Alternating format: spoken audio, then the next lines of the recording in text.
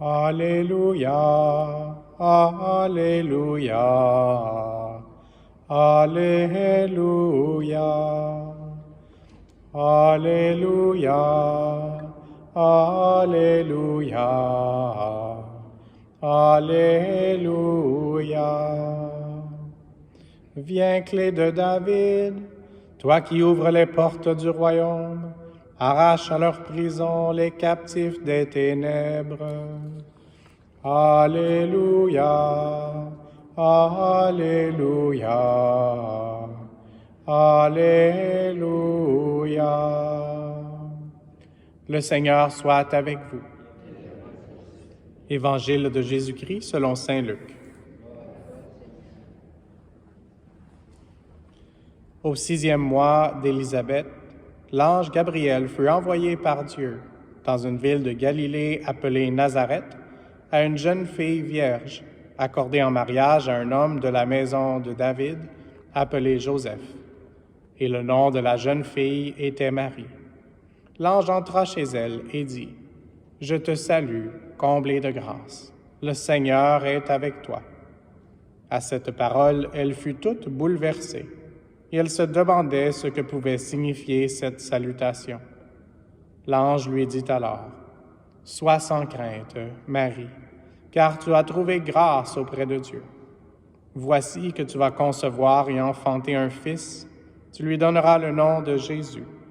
Il sera grand. Il sera appelé Fils du Très-Haut. Le Seigneur Dieu lui donnera le trône de David son père. Il régnera pour toujours sur la maison de Jacob, et son règne n'aura pas de fin. » Marie dit à l'ange : « Comment cela va-t-il se faire, puisque je ne connais pas d'homme? » L'ange lui répondit : « L'Esprit Saint viendra sur toi, et la puissance du Très-Haut te prendra sous son ombre. C'est pourquoi celui qui va naître sera saint. Il sera appelé Fils de Dieu. Or, voici que dans sa vieillesse, Élisabeth, ta parente, a conçu elle aussi un fils, et en est à son 6e mois, alors qu'on l'appelait la femme stérile. Car rien n'est impossible à Dieu.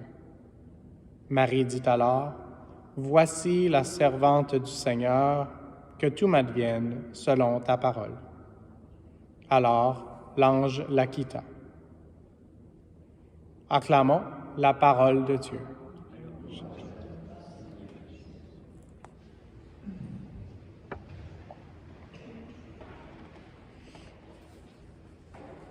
J'avais surligné des choses dans mon prion que j'ai oublié à l'arrière à la sacristie.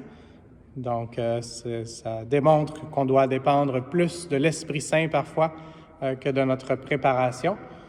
Donc, je vais demander au Seigneur de m'aider à avoir en mémoire ce que je voulais partager. Puis si c'était des choses moins importantes, bien, que ce soit celles que j'oublie. On a entendu dans la prière d'ouverture le verbe indicible. Donc ça, c'est Jésus qui est le Verbe fait chair. Et oui, il faut le dire. Et en même temps, il y a des choses qu'on ne peut pas dire parce que Jésus est le Verbe qui est tellement mystérieux. Et c'est pour ça qu'on doit être comme les anges, comme les bergers en adoration devant ce mystère de Dieu qui s'est fait homme, du Verbe qui s'est fait chair. Et pour ce faire, pour rentrer encore plus dans ce mystère de l'amour infini de Dieu, on doit vraiment dépendre de l'Esprit Saint. Donc, demandons à l'Esprit Saint de venir à nous, ce même Esprit Saint qu'on a entendu parler dans cet évangile selon saint Luc. Et cet Esprit Saint qui est Dieu, qui fait des choses impossibles. Et donc, demandons l'attitude de la Sainte Vierge, elle-même qui avait des questions.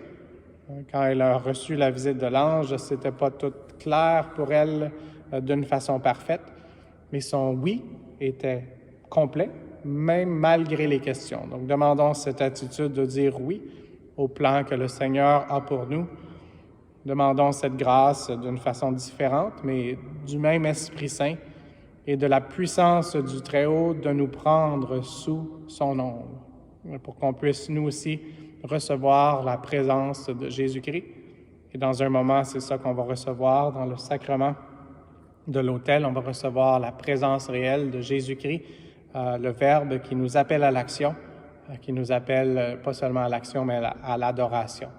Donc, demandons cet esprit de donner permission à Dieu de faire ses merveilles dans nos vies, et pas pour notre propre gloire, mais tout pour la gloire de Dieu.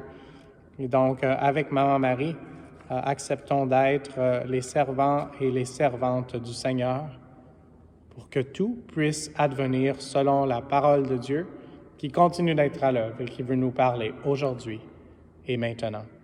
Amen.